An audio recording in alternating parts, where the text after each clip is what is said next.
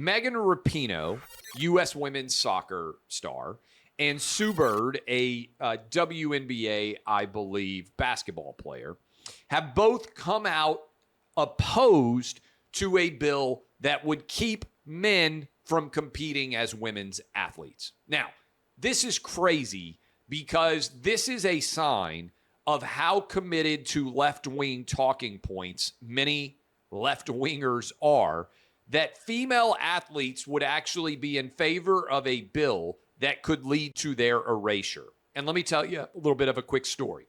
Megan Rapinoe has made her career trying to argue for equal pay for women, and now she's going to create a situation where a man could take a women's job. And if you're wondering out there and you're like, well, the U.S. women are so much better than the U.S. men at soccer, no, they aren't. They're better when they play against women. The U.S. men's soccer team, if they had to play against the U.S. women's soccer team, would win something like 25-0, maybe 50-0 if they needed to. They could effectively name their score. The U.S. women, that is the World Championship women's U.S. soccer team, lost to a team of 15 and under boys in Dallas. Let me repeat. This is not the best 15-year-old boys in the entire country. This is 15 and under boys in Dallas, Texas. They whipped the U.S. women's soccer team as part of training. Barely post-puberty boys in one city in America smoked the U.S. women's soccer team. If men who identify as women are allowed to play women's soccer, eventually there would be no women on the U.S. women's soccer team.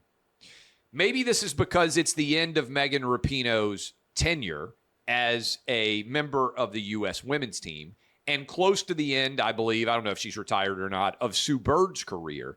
But this is absolutely the opposite of women's feminism and I am woman, hear me roar. You are arguing in favor, if you are Megan Rapinoe and Sue Bird, of men erasing women from women's athletics. And that's what's trying to happen now when you look at Joe Biden now trying to say that men are included in Title IX. I also want to build on something that Riley Gaines just said about an hour and a half ago on the Clay, Travis, and Buck Sexton radio show.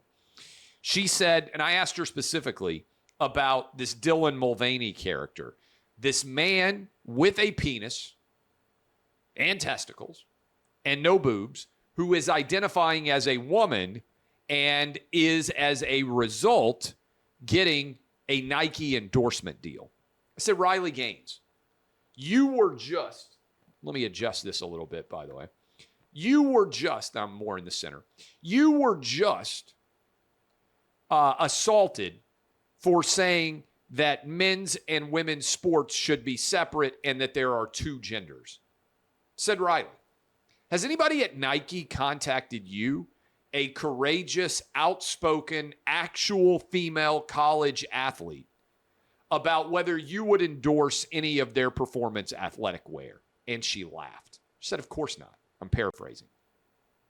Think about where we are in the world of woke sports when Nike would rather give money to a fake woman than actually give money to a real and courageous female athlete. Riley Gaines should represent everything that you want your daughters and your granddaughters to grow up to be. Someone who is pursuing excellence in the field of athletics, that gets a scholarship and goes to the University of Kentucky and graduates, and is so willing to speak out even when she is facing criticism that she will risk her physical safety to speak out and share her opinions and her story. And frankly, an opinion that I think is very important to all of women's athletics.